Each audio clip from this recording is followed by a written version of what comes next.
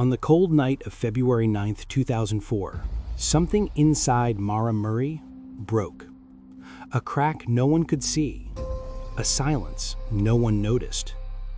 She was 21 years old, smart, sweet, athletic, a future nurse, but behind those calm brown eyes, a storm was building. Hours before she disappeared, Maura was at work when she received a phone call. Her supervisor found her sobbing, completely shattered. It wasn't normal crying. It was the kind of crying that erupts when your entire world collapses on top of you. When they asked what happened, she could only whisper, "My sister." But her sister was alive. No one ever figured out what triggered that breakdown. The next morning, Maura did something even more unsettling. She emailed her professors saying she needed a week off due to a death in the family. There was no death, no emergency, no reason at all. It was as if she was trying to escape something only she could see. That afternoon, she withdrew all the money she had, $280. The ATM camera captured her face. She was alone, expression empty, almost resigned. Then she bought alcohol, more than she would ever need. It looked like she was planning one final moment to herself, or trying to gather courage to disappear. Around 5 p.m., Maura got into her black Saturn and drove north, alone, without telling anyone, without saying goodbye. It was like she was driving away from her own life. Hours later, on a dark curve along Route 112, her car skidded and crashed. A minor accident, but one that changed everything. A local man approached the scene. He described her as scared, trembling, yet wearing a strange, forced smile.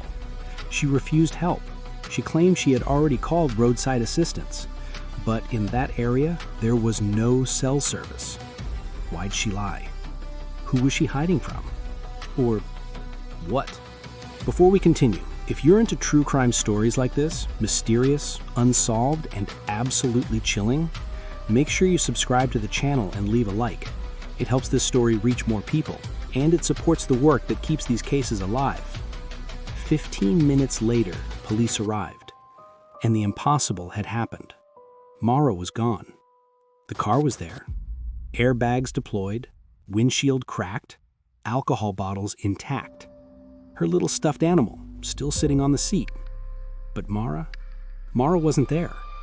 A canine team followed her scent, but it stopped abruptly in the middle of the road, as if she had gotten into a passing car, as if someone had been following her, as if someone had been waiting. In the days that followed, massive searches swept through forests, frozen rivers, hiking trails, abandoned houses. It was like searching for a ghost. No clothes, no footprints, no body, nothing. And then the stories began, each one darker than the last. A man handed over a blood-stained knife, claiming his brother had confessed to killing her. Maura's father begged police to investigate. Nothing happened. The basement of the house was dug up. Nothing. Leaked police reports revealed contradictions, ignored clues, neighbors who said they heard screams in the woods days later, officers who never followed key tracks, witnesses who changed their stories. The truth is harsh. Someone knows what happened to Maura, and that person has stayed silent for 20 years.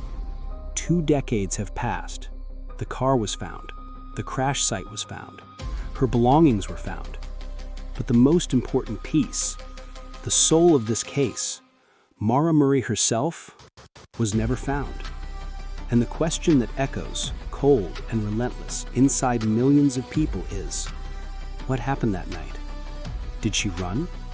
Was she taken? Did she cry for help and no one heard? Did she trust the wrong person? Or was she running from something far bigger, far darker than anyone has ever imagined? Maybe the most shocking part isn't the disappearance itself. Maybe it's the fact that in just 10 minutes, on a silent winter road, a young woman could simply vanish, and the entire world is still trying, desperately, to understand how. Where is Maura Murray? That's the question time has never been able to bury.